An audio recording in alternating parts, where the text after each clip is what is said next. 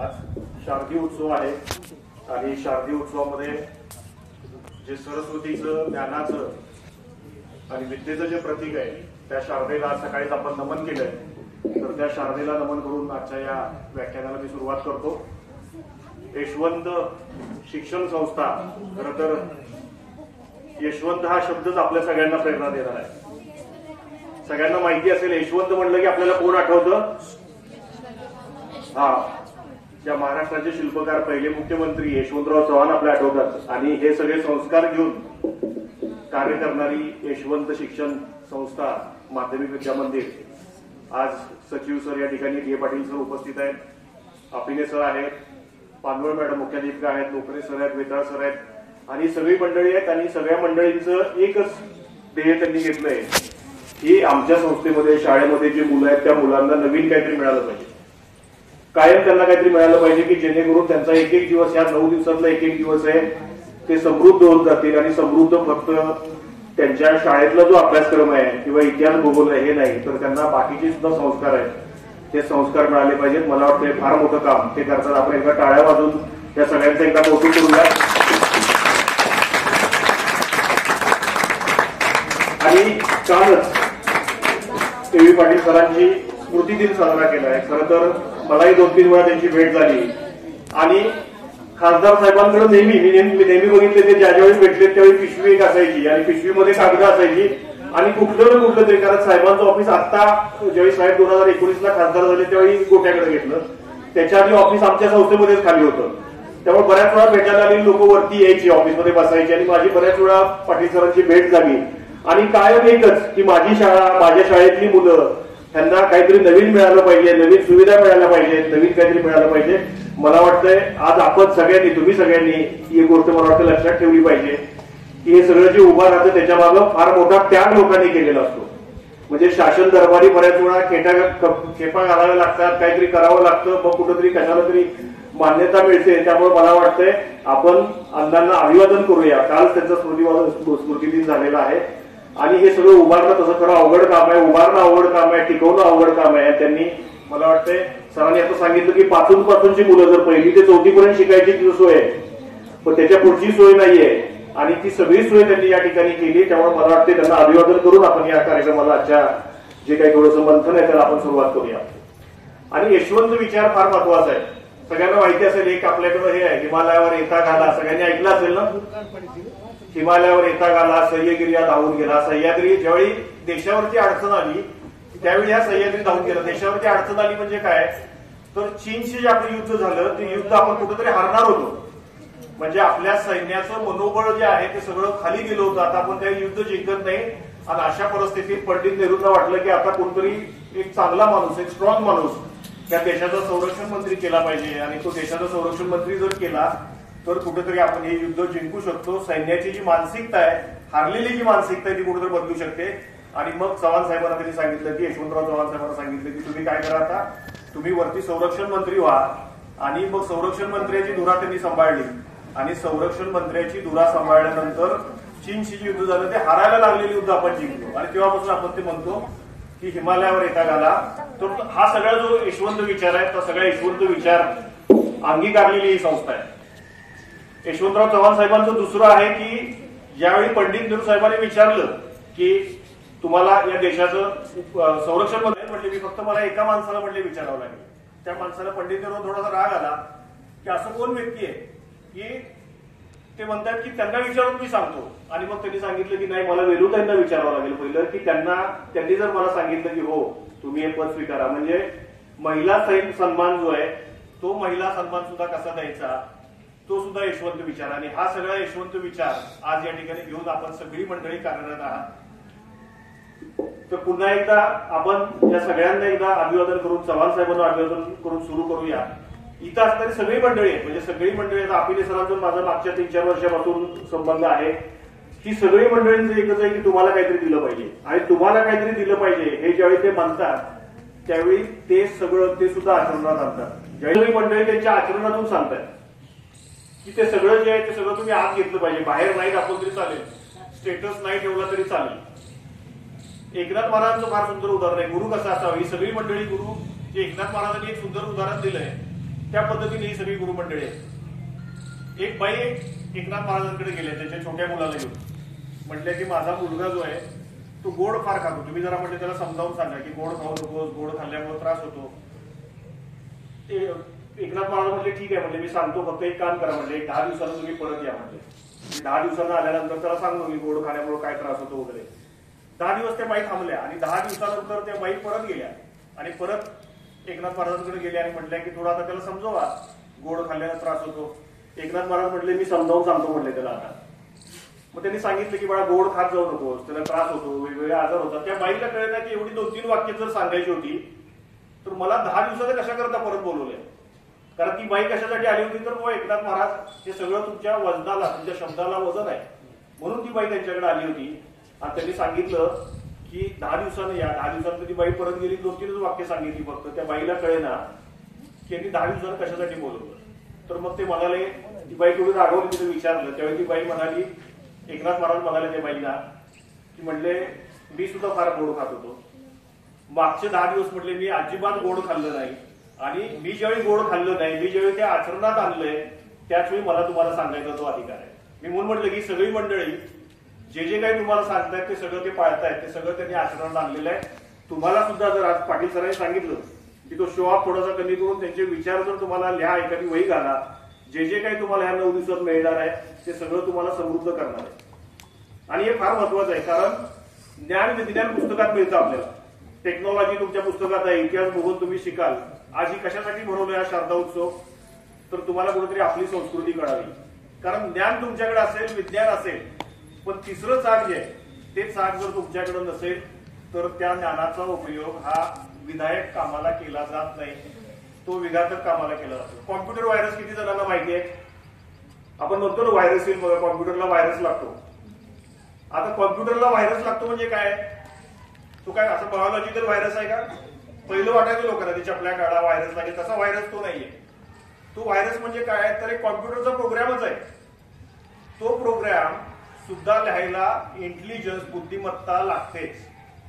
फक्त त्याच्यामध्ये काय आहे तर त्याच्यामध्ये एक आहे की तो जो बनवणार आहे त्याच्याकडे सुसंस्कार नाहीये. त्याच्याकडे काय आहे? ज्ञान आहे, विज्ञान आहे, पण त्याच्याकडे सुसंस्कार नाहीये. त्यामुळे तो कशा करता तयार करतोय? कुणाचे तरी पैसे काढावे, कुणाला तरी त्रास द्यावा, आणखी काहीतरी करावं. म्हणजे ज्ञान विज्ञान याच्याबरोबर जर सुसंस्कार नसेल तर तुमचं ज्ञान विज्ञान हे समाजाच्या उपयोगी येत नाही, विधायक कामासाठी ते उपयोगी येत नाही, ते विघातक कामासाठी उपयोगी येतं. त्यामुळे आज हा जो सगळा शारदा उत्सव भरलाय, रोज नवीन कोणतरी तुम्हाला येतंय, मार्गदर्शन करतंय. याचं कारण काय तर ज्ञान विज्ञान तुम्हाला मिळेल, पण त्याच्याबरोबर सुसंस्कार जे आहेत ते सुसंस्कार तुम्हाला मिळाले पाहिजेत. म्हणून हा सगळा जो काही व्याख्यान माझा किंवा आणखी जे काही सगळे या शारदोत्सव इव्हेंट होत आहेत ते सगळे. आणखी आपल्याकडे ती मुलांकडे सृजनशीलता, क्रिएटिव्हिटी फार आहे. म्हणजे तुमच्याकडे क्रिएटिव्हिटी फार आहे. जिथं आम्ही विचार करू शकत नाही, शिक्षक म्हणून असेल, पालक म्हणून असेल, तिथं तुमचा विचार होतो. आज सकाळी हास्य क्लब सारखा चांगला एक इव्हेंट तिथं घेतला. कारण हास्य बघा, तुम्ही जर एक ऑब्झर्व केलं तर तुमच्या लक्षात येईल. तुम्हाला हसायला कधी येतं किंवा तुम्ही हसायला कधी शिकता? अगदी जन्मल्यापासून मुलगा असतो. भाषा येण्यापूर्वी, आपल्याला कुठलंही काय येण्यापूर्वी आपल्याला हास्य येतं. हास्य ही माणसाची मूलभूत प्रवृत्ती आहे. त्याला भाषा येण्यापूर्वी, बोलता येण्यापूर्वी सुद्धा तुम्हाला काय येतं?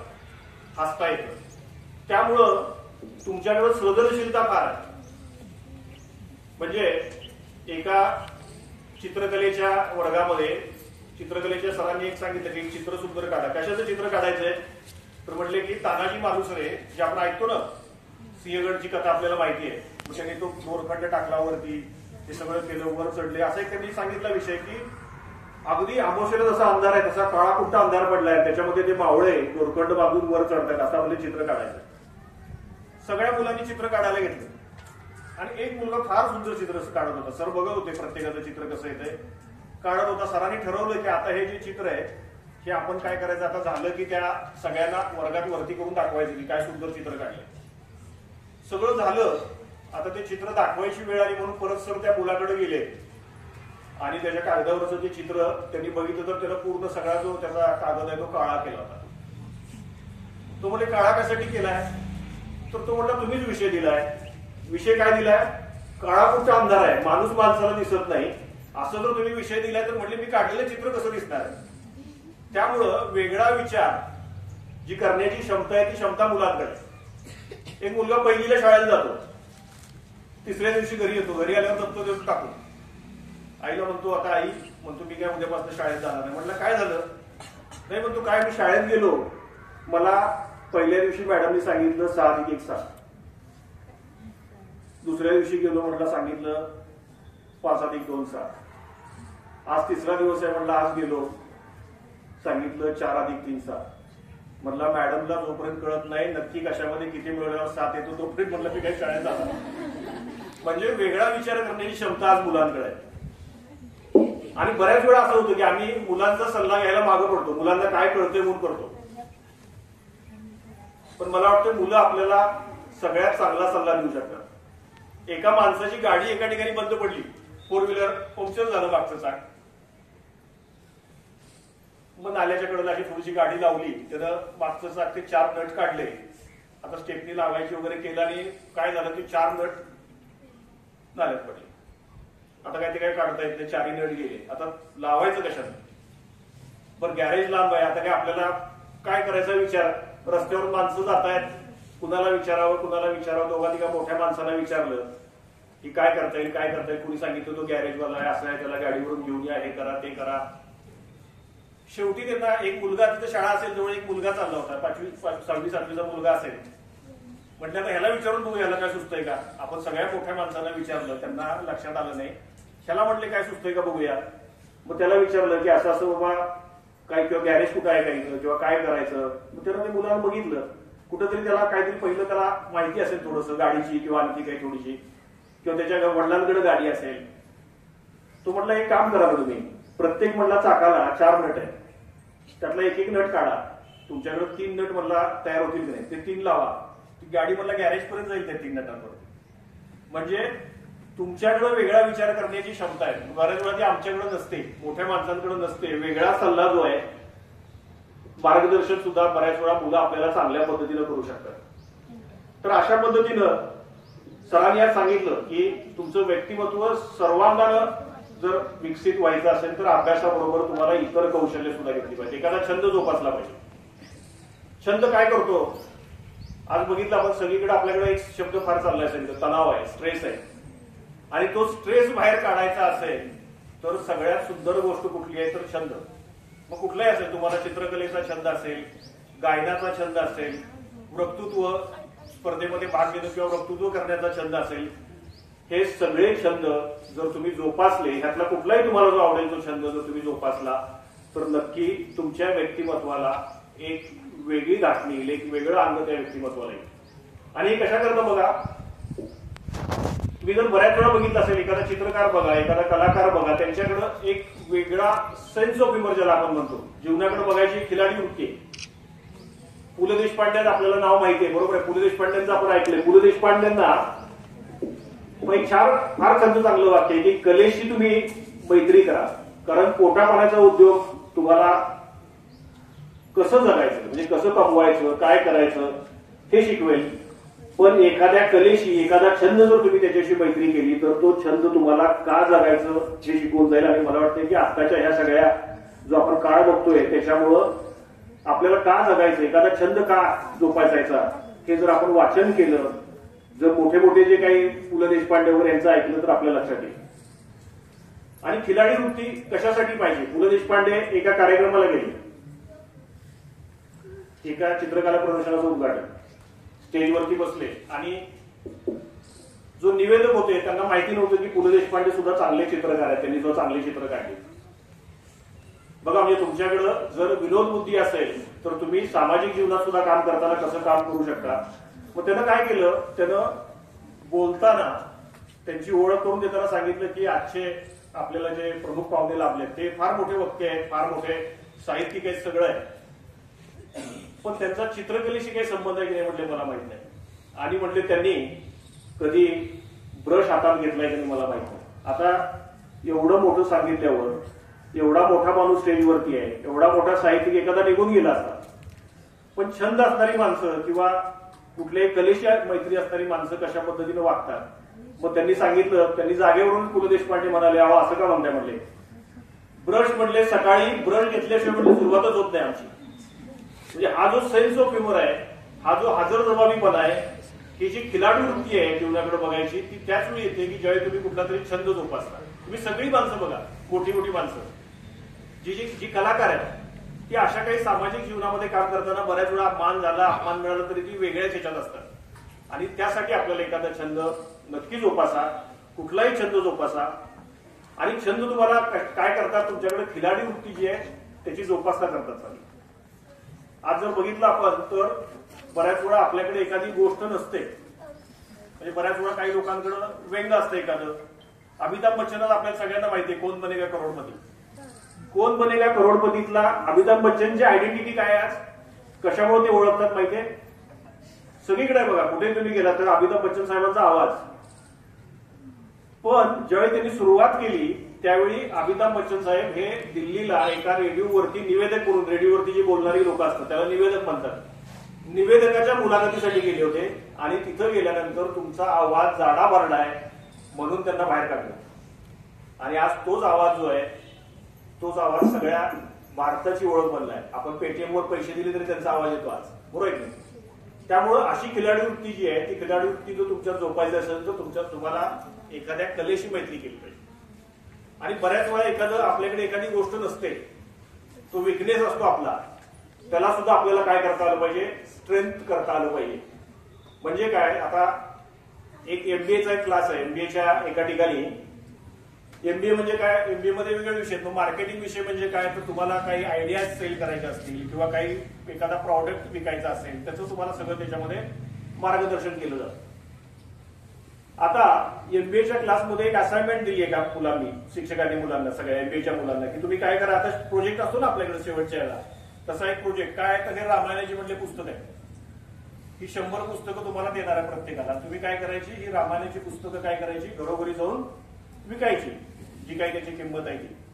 आणि सांगितलं बाबा तू किती विकशील, तर मुलगा म्हणला 50 विकेल, दुसरा मुलगा म्हणला 60 विकेल, तिसरा मुलगा म्हणला 70 विकेल. आता एक मुलगा होता, तो थोडासा बोबडा बोलायचा.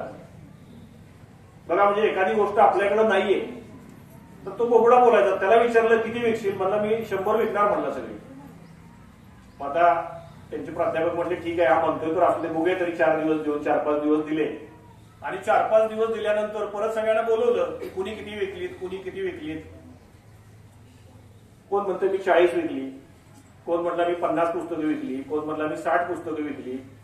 आणि जो बोबडा बोलणारा मुलगा आहे, ज्याला बोलता येत नाही, त्याला विचारलं की तुझी किती खपली रे, म्हटलं माझी 100च्या 100 संपली.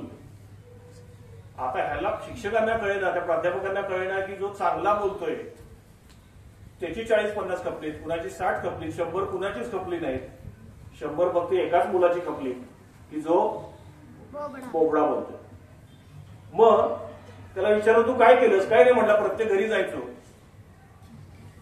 बेल वाजवायचो, आणि बेल वाजवल्यावर माणूस पुत्र आला त्याला तो बोबड्या आवाजात त्याच्या म्हणायचा मी रामायण विकायला आलोय, तुम्ही विकत घेता का वाचून दाखवू. म्हणजे तुम्ही रामायण विकत घेताय का काय करू, नाही तर मी हे सगळं रामायण तुम्हाला काय करेन, वाचून दाखवेन. आता वाचून दाखवायचं म्हणजे पुढचं वर्ष यायचं. त्यामुळे माणसं काय करायला लागली, म्हणजे विकत घेतलेलं बरं. म्हणजे तुमच्याकडे एखादी गोष्ट नाही, किंवा एडिसनचं आपल्याकडे आहे, एडिसन तुम्हाला सगळ्यांना शास्त्रज्ञ माहिती आहे, बल्बचा शोध लावलेला, बरोबर आहे की नाही. त्याला ऐकायला येत नव्हतं, ज्याच्या नावावर 1000पेक्षा जास्त पेटंट आहे, त्या माणसाला ऐकायला येत नव्हतं. आणि मग मोठा झाल्यानंतर त्याला डॉक्टर वगैरे म्हणाले की आपण काय करूया म्हणले, तुमचं थोडंसं ऑपरेशन वगैरे करून तुम्हाला ऐकायला येईल असं काहीतरी करूया म्हणले. तर एडिसन काय म्हणाले, म्हटले काय करायचं म्हटले मला ऐकायला येऊन. 2च गोष्टी ऐकायच्यात म्हटले या कानाला, एक कुणीतरी केलेली स्तुती किंवा कुणीतरी केलेली निंदा. मला हे दोन्ही येत नव्हतं म्हणून म्हणले मी एवढे पेटंट मिळवू शकलो आणि एवढे शोध मी लावू शकलो. म्हणजे एखादी गोष्ट आपल्याकडे नाहीये, पण ती गोष्ट सुद्धा बच्चन साहेबांकडे आवाज, त्यांनी त्याची स्ट्रेंथ केली. त्या मुलाला बोबडं बोलत होता, ते कसं वापरायचं त्यांनी क्रिएटिव्हली वापरलं. एडिसनला ऐकायला येत नव्हतं दोन्ही कानानं, मग त्यानं काय केलं असेल की नाही आपण सगळे संशोधन करू, नवीन काहीतरी शोधत राहू. आणि ज्यावेळी त्यांना सांगितलं की ऑपरेशन करून हे करूया, त्यावेळी म्हटले मला नको, कारण म्हणले मी जर मला ऐकायला यायला लागलं तर माझं पुढचं सगळं काम थांबेल. म्हणजे एखादी गोष्ट आपल्याकडे नाहीये पण ती गोष्ट सुद्धा कशी क्रिएटिव्हली वापरायची जेणेकरून हे सगळं मला वाटतं या लोकांकडे बघितल्यानंतर आपल्याला शिकता येईल. सरांनी आता भारतीय संस्कृतीचा आपला उल्लेख केला आणि भारतीय संस्कृती ही जगात आज सगळीकडे गेली. म्हणजे आपल्याकडचा दासबोध हा इंग्रजीमध्ये ट्रान्सलेट झालाय आणि तो सगळीकडे वापरला जातोय. इंग्रजीमध्ये ट्रान्सलेशन करून त्यातले काही जे दशक आहेत ते वापरले जात आहेत. भगवद्गीता आपल्याकडची सगळीकडे आहे. मग एकदा स्वामी विवेकानंद बाहेर गेले, शिकागोला गेले असताना तिथं काय झालं, त्यांनी सगळी पुस्तकं प्रत्येकानं कुठलं पुस्तक आणलं तर भारताकडून त्यांनी भगवद्गीता घेऊन गेलं. सगळे असे गट्टे ठेवले, त्यांनी पुस्तक वर ठेवलं ते सगळ्यात वरती भगवद्गीतेचं. आता एका तिकडच्या माणसाला ते काही बघवलं नाही की भगवद्गीतेचं पुस्तक सगळ्यात वरती काही बरोबर नाही. त्याला काय केलं, ते पुस्तक काढलं आणि ते पुस्तक सगळ्यात खाली टाकलं. बाकीची पुस्तकं दिसू नये किंवा हे होऊ नये, बाकीच्या देशाची पुस्तकं सगळी त्याला वर ठेवली आणि भगवद्गीता खाली ठेवली. मग त्यावेळी स्वामी विवेकानंद त्या माणसाला म्हणाले की तुम्ही म्हणले आत्ताची कृती केली ती सगळ्यात योग्य कृती आहे. कारण म्हणले साऱ्या जगाचं तत्वज्ञान जे आहे ते तत्वज्ञान या भगवद्गीतेवर आधारित आहे. तो सगळ्याचा पाया आहे, म्हणले तो खालीच पाहिजे. म्हणजे आपल्याकडचं जे काही सगळं आहे, आपल्याकडचं आयुर्वेद हा सगळीकडे आज बाहेर वापरला जातोय. सगळीकडे आयुर्वेदिक उपचार सगळीकडे सुरू झाले. योगा, आता सकाळी तुम्ही योगा केला बरोबर आहे की नाही, हास्य क्लबच्या मेंबर्स बरोबर, तो योगा सगळीकडे घेतला जातोय. त्यामुळं भारतीय संस्कृती जी आहे ती संस्कृती आज सगळीकडे जाते. सगळीकडे त्यांनी घेतलेलं आहे. आपल्याला दासबोध गेलेला आहे, भगवद्गीता सगळेजण वापरत आहेत, भगवद्गीता ट्रान्सलेट झालेली आहे आणि ती सगळीकडे आज वापरली जाते. त्यात जे काही तत्वज्ञान सांगितले ते तत्वज्ञान आज सगळ्या जगाला मार्गदर्शक ठरत आहे. त्यामुळं त्या संस्कृती जी जोपासली पाहिजे आणि त्याबरोबर आणखी एक गोष्ट आपण केली पाहिजे की जे नवनवीन तंत्रज्ञान येत आहे ते तंत्रज्ञान सुद्धा आत्मसात केलं पाहिजे. म्हणजे आज कॅमेरे बघतो आपण, मोबाईलमध्ये कॅमेरा आहे. जर तुम्ही तंत्रज्ञान किंवा नवीन जे बदल होत आहेत ते बदल जर तुम्ही अंगीकारले नाही तर कदाचित आपण या स्पर्धेतून बाहेर पडू. सगळ्यांना माहिती, फोटो आज आपण काढतो, मोबाईलमध्ये कॅमेरा आहे किंवा सोनीचा कॅमेरा आहे. 15-20 वर्षापूर्वी जर तुम्ही बघितलं तर एका वेगळीच कंपनी कॅमेऱ्यामध्ये एक नंबरला होती, कोडॅक नावाची कंपनी. म्हणजे त्याचा रोल असायचा, असा 32 फोटो निघायचे, मग ते रोल घ्यायचा, तो रोल धुवायला पाठवायचा, हे सगळं करायला लागायचं. नवीन तंत्रज्ञान आलं, त्यांनी नवीन तंत्रज्ञान स्वीकारलं नाही. काय झालं, आज कोडॅक कंपनी बाजूला आहे. कोडॅक म्हणून कुणी फोटोचं नाव म्हटलं तर पहिलं फोटो म्हटलं की कोडॅक आठवायचं आणि तो रोल आठवायचा. आज सगळं बंद झालं. किंवा नोकिया नावाचा मोबाईल आज तुम्ही सॅमसंगचा वापरताय, ऍपलचा आहे, पण पहिली सुरुवात वेळी झाली तो नोकिया कंपनी आली. पण नोकिया कंपनीनं काय केलं, तंत्रज्ञान जे आहे ते तंत्रज्ञान आत्मसात केलं नाही, अंगीकारलं नाही, त्यामुळे बाजूला. त्यामुळे तुम्हाला सुद्धा जर या स्पर्धेमध्ये टिकायचं असेल तर जे जे काही बदल होत आहेत ते सगळे बदल काय केले पाहिजेत, ते बदल आपण अंगीकारले पाहिजेत, ते बदल सगळे स्वीकारले पाहिजेत. म्हणजे आता एआय नावाचा आपण ऐकला असेल, आर्टिफिशियल इंटेलिजन्स, बऱ्याच जणांनी शब्द ऐकला असेल. आता काय झालंय, त्या आर्टिफिशियल इंटेलिजन्सच्या माध्यमातून जुने पिक्चर सुद्धा परत येतात. म्हणजे आता महेश कोठारे साहेबांचा आता एक मध्ये इंटरव्ह्यू झाला, त्यात त्यांनी सांगितलं की लक्ष्मीकांत बेर्डे यांना घेऊन ते आता नवीन पिक्चर करतात. ते कशासाठी करतात, काय वापरून करणार आहेत, एआय वापरून, आर्टिफिशियल इंटेलिजन्स जो आहे तो वापरून. म्हणजे आता जुने सुद्धा जे कलाकार आहेत, दादा कोडके आपल्याला राहत नाहीत, पण त्यांचे नवीन चित्रपट आता एआयच्या माध्यमातून येऊ शकतात. हे नवीन तंत्रज्ञान आहे. तर हे नवीन तंत्रज्ञान सुद्धा आपण काय केलं पाहिजे, आत्मसात केलं पाहिजे. आणि जे जे काही बाहेर चालू आहे, सरांनी सांगितलं की संवाद कौशल्य तुमच्याकडे असलं पाहिजे, अगदी गरजेचं आहे. संवाद कौशल्य असलं पाहिजे. मार्केटिंग किंवा एखादी गोष्ट कशी इतरांना सांगायची ते पण आपल्याकडे असलं पाहिजे. मग एका ठिकाणी एक बघा, आणि संवादात किती फरक आहे. तीच गोष्ट वेगळ्या पद्धतीने तुम्ही सांगू शकता. एका ठिकाणी एक राजा असतो, त्याच्याकडे एक साधू येतो.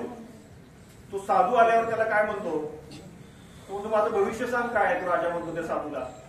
तर तो हात वगैरे बघतो, सांगतो की महाराज तुमचा मुलगा जो आहे तो तुम्हाला तुमच्या गादीवरून खाली उतरवणार आहे आणि तो स्वतः काय होणार आहे, राजा होणार आहे. बघा,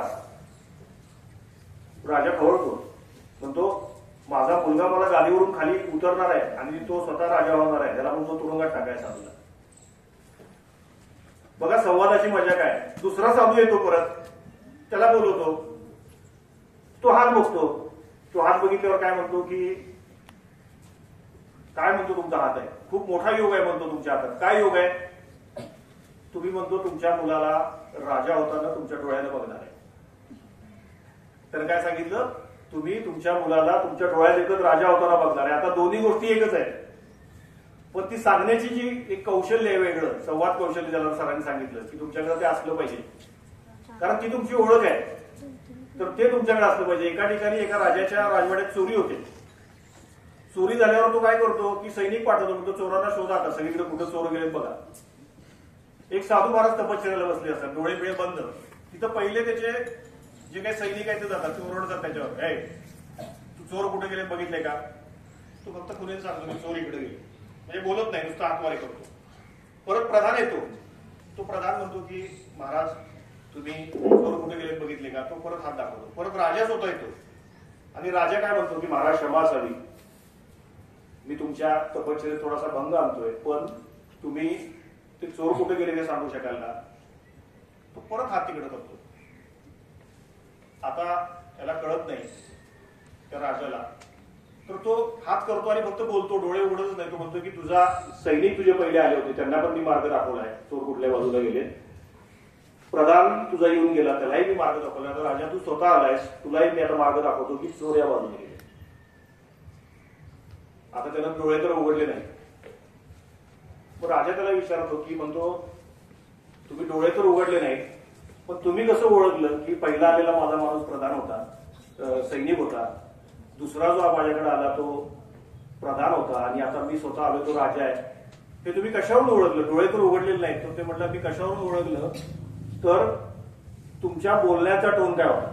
पहिला सैनिक आला त्याला थोडी आरेरावी केली, प्रधान त्याच्यानंतर आता थोडंच आणखी व्यवस्थित बोलला, आणि राजा अगदी एकदम व्यवस्थित बोलला की मी तुमच्या तपश्चर्येत भंग आणतोय. त्यामुळे जसं सरांनी सांगितलं की ती समाजात सुद्धा तुम्ही ज्यावेळी बोलाल त्यावेळी तुमचं संवाद कौशल्य काय, तुम्ही कसं बोलताय त्याच्यावरून तुम्ही कोण आहे ते ओळखलं जातं. त्यामुळे ते संवाद कौशल्य आत्मसात तुम्ही केलं पाहिजे. आणि ह्या स्पर्धेच्या युगात थोडंसं वेगळ्या दृष्टीनं बघायचं, आपल्याकडं एक वेगळी दृष्टी असली पाहिजे. आज बिस्लरीचं पाणी आपण पितो, बिस्लरीचं पाणी ज्यानं त्याचा चालू केलं असेल त्याच्याकडं विचारक्षमता काय असेल.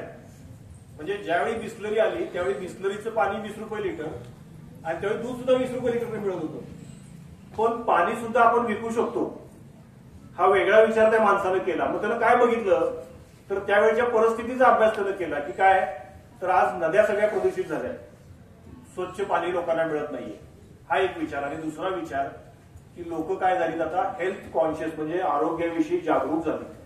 आता ह्या दोन गोष्टी जर आपण आणि काहीतरी नवीन दिलं, ह्या दोन गोष्टी लक्षात घेऊन, म्हणजे आता नद्या सगळ्या खराब झाल्यात आणि लोक सुद्धा आता आरोग्याच्या दृष्टीनं जागरूक झाले. त्यामुळे जर आपण आता असलं काही चालू केलं तर चालू शकेल. आणि 20 रुपये लिटर दूध असताना 20 रुपये लिटर पाणी यायला लागलं आणि ती सगळी लोक विकत घ्यायला लागली. हे एक वेगळं प्रत्येक ठिकाणी, म्हणजे सरांनी सांगितलं की तुमच्याकडं कौशल्य, मार्केटिंगचं कौशल्य थोडंसं आपल्याकडे असलं पाहिजे. आपल्याकडे जे जे काही आहे ते बाहेर आपल्याला मांडता आलं पाहिजे. आणि ते मांडण्यासाठी जसं सरांनी सांगितलं की फक्त पुस्तकं वाचून भागणार नाही, तर जिथं जिथं तुम्हाला काही नवीन मिळेल, आता हे 9 दिवस जे आहेत ते तुम्हाला नवीन काहीतरी मिळते रोज, ते समृद्ध करणारे 9 दिवस आहेत, तर ते आपण केले पाहिजेत. आणि हे जर कौशल्य आपण शिकलो, पुस्तकाव्यतिरिक्त जी काही कौशल्य आहे ती जर शिकलो, तर आपल्याला पुढे चांगलं भविष्य आहे. नाहीतर काय होईल, एका ठिकाणी एक प्राणी संग्रहालय, तिथं एक क्लार्कची जागा भरायची होती. बघा आता बरेच अर्ज आले, जागा भरली, परत एक मुलगा गेला, म्हटलं मी अर्ज केलाय, क्लार्कची जागा आहे, असं आहे, मला फार कामाची गरज आहे, मी शिकलेलो आहे, असं आहे. ते म्हटले की आता आमच्याकडे जागा तर सगळी भरलेली, क्लार्कची जागा होती ती भरलेली, आता एक म्हटले फक्त आहे काय, म्हटले आमच्याकडचं अस्वल जे आहे ते 2 दिवसापूर्वीच म्हटले गेलंय. त्या अस्वलाचं म्हणले आम्ही सगळं असं ते घालतो ना आपण सगळं वरती, तसं म्हणले तयार केले, फक्त काय करायचं म्हणले दिवसभर तिथं अस्वल व्हायचं आणि म्हटले तिथं बसायचं त्या प्राणी संग्रहालयात. म्हटलं आता काय दुसरं काय उपायच नाहीये, मिळत नाही, तर म्हटलं आता आपण एक काम करूया, चालतंय म्हटलं अस्वल होऊया, थोडे दिवस थांबूया म्हटलं अस्वल होऊ. आणि मग त्याला ते घातलं आणि थोडासा झाला, त्याला एकदा फार ते सगळा कंटाळा आला, हे काय सारखं. आणि एक दिवस मला यातनं ते पिंजऱ्यातनं जाऊया म्हणून ते कुठला तरी दरवाजा एक उघडायला गेला, आणि दरवाजा उघडला, पलीकडच्या जे काही पिंजरा त्यात गेला, तर आत पुढं वाघ. आता म्हणलं आता हे कुठलं म्हणलं एवढा मोठा व्याप करून घेतला, आता संपलं म्हणलं सगळं आपलं आयुष्य. कारण हा पुढं वाघ आहे म्हटलं. आता इकडं हे केलं, डोळे मिटले, देवाची प्रार्थना सुरू केली. म्हटलं आता काय करूया काय करूया काय करूया काय सुचना. वाघ जवळ आला, ते आणखी घाबरला. आता म्हटलं आता संपलं म्हणलं. आता काय उगाच म्हणला ही नोकरी, एखादं स्किल जर चांगलं शिकलो असतो तर कुठेतरी म्हणलं हे काही हे नाही. डोळे मिटलेत आणि तेवढ्यात त्याला परत आवाज आला. तो वाघ बोलत होता. तो वाघ म्हटला घाबरू नकोस म्हटला, मी पण तुझ्यासारखाच म्हटला माणूस आहे. त्यामुळं आपल्याला जर ते अस्वल विसवल व्हायचं नसेल तर काय केलं पाहिजे, नवीन स्किल कुठलं ना कुठलं तरी आत्मसात केलं पाहिजे. या पुस्तकाच्या ज्ञानाव्यतिरिक्त कुठलं ना कुठलं स्किल आपल्याला आत्मसात केलं पाहिजे, ते गरजेचं आहे, ते फार महत्वाचं आहे. आणि सरांनी जर आता माझी ओळख करून देताना सांगितलं ते गुरु वगैरे, तर गुरु हा शब्द फार मोठा आहे. गुरु झालं की शिक्षण संपलं. त्यामुळं पहिल्यांदा लक्षात ठेवा, तुम्ही कितीही काही झाला तरी तुम्ही आजन्म विद्यार्थी राहिलं पाहिजे. आपल्याला आईन्स्टाईन शास्त्रज्ञ माहिती आहे सगळ्यांना, पुस्तकात असेल ना तुमच्या आईन्स्टाईन जिथं जिथं म्हणजे नोबेल पारितोषिक ज्या माणसाला मिळालं, तो माणूस जिथं जिथं जायचा आणि जिथं जिथं गेलं की आपण ओळख करून देतो बघा स्वतःची, की मी हे आहे, मी या विद्यापीठाचा कुलगुरू आहे, मी या कंपनीचा चेअरमन आहे. आईन्स्टाईन जिथं जिथं जायचे तिथं ते ओळख करून द्यायचे सुरुवातीलाच, की I am Einstein, I am student of physics. मी कोण आहे, मी आईन्स्टाईन आहे, मी फिजिक्सचा विद्यार्थी आहे. म्हणजे नोबेल पारितोषिक मिळाल्यावर सुद्धा जेवढे काही कार्यक्रम त्यांनी केले असतील त्या प्रत्येक कार्यक्रमात ती स्वतःची ओळख जे करून द्यायचे ते करून द्यायचे, की मी कोण आहे, विद्यार्थी आहे. म्हणजे एवढं मोठं पारितोषिक त्या क्षेत्रातलं मिळाल्यावर सुद्धा. त्यामुळे मला वाटतं की आपण आजन्म विद्यार्थी राहिलं पाहिजे. जे जे काही नवीन मिळेल, जे जे काही ज्या ज्या ठिकाणी मिळेल ते आपण सगळ्यांनी मला वाटतंय शिकत गेलं पाहिजे.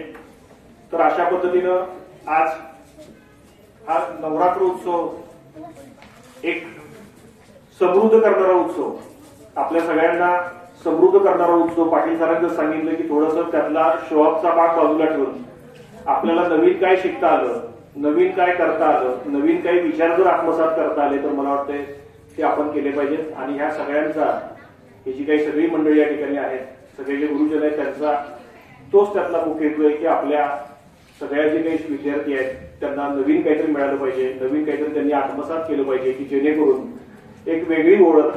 आणि मला वाटतं सुरुवातीला जे मी सांगितलं की पाटील सरांनी अण्णांनी हे सगळं जे उभं केलं, एवढं मोठं जे सगळं उभं केलंय, तो फार मोठा त्याग आहे. आपल्याला फक्त काय करायचंय, त्याचं जर चीज व्हायचं तर आपल्याला काय करायचंय, आपले शिक्षक जे काही सांगतायत ते व्यवस्थितरित्या आत्मसात करून आपल्या शाळेचं आणि आपल्या शिक्षकांचं नाव कसं बाहेर चांगलं होईल ह्याच्याकरता प्रयत्न करायचा. दुसरं शिक्षकाला काही लागत नाही, ती सगळ्यात मोठी गुरुदक्षिणा असते.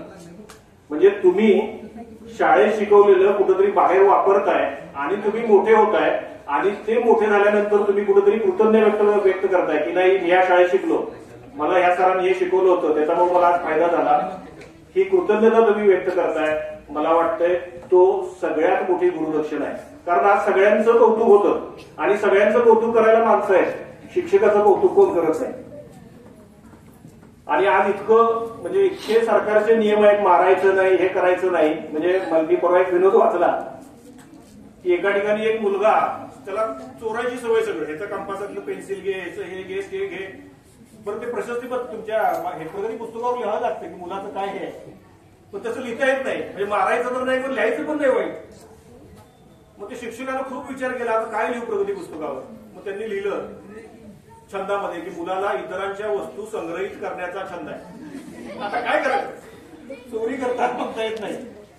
पण आता हे छंद म्हणजे जर पुढच्या वर्षी नवीन जे क्लास टीचर येणार आहे त्यांनी जर तो छंद जर त्याचा फार मनावर घेतला, त्याला जर परत प्रोत्साहन दिलं, म्हणजे सगळ्याच कौतुक आज करायला माणसं आहेत किंवा तुम्हाला मोटिवेट करायला माणसं आहेत, पण शिक्षकाला मोटिवेट करायला आज कोण नाहीये.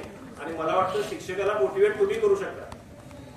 तुम्ही आमच्या पाठीवर कौतुकाची थाप म्हणजे कशा पद्धतीनं की आज तुम्ही एखाद्या ठिकाणी स्पर्धेत गेलाय आणि चांगला तुम्ही परफॉर्मन्स केला, शाळेचं नाव झालं, तुमचं नाव झालं, तर तो शिक्षकाला आनंद आहे. त्यामुळं शिक्षकाला एनर्जी किंवा मोटिवेशन कुठलं आहे, शिक्षकाला एनर्जी किंवा मोटिवेशन द्यायचं काम हे विद्यार्थ्याचं आहे. आणि मला वाटतं हे जे सगळं उभं केलंय त्याच्यामध्ये तेवढी भूमिका जरी तुम्ही व्यवस्थित केली की सर काय सांगतायत आपल्या मॅडम काय सांगतायत, आणखी कुठले काही स्पर्धा कुठे होत आहेत तिथं आपण जाणं आणि शाळेचं संस्थेचं नाव मोठं करणं, एवढं काम जरी मला वाटतं केलं तरी फार मोठी गोष्ट होईल.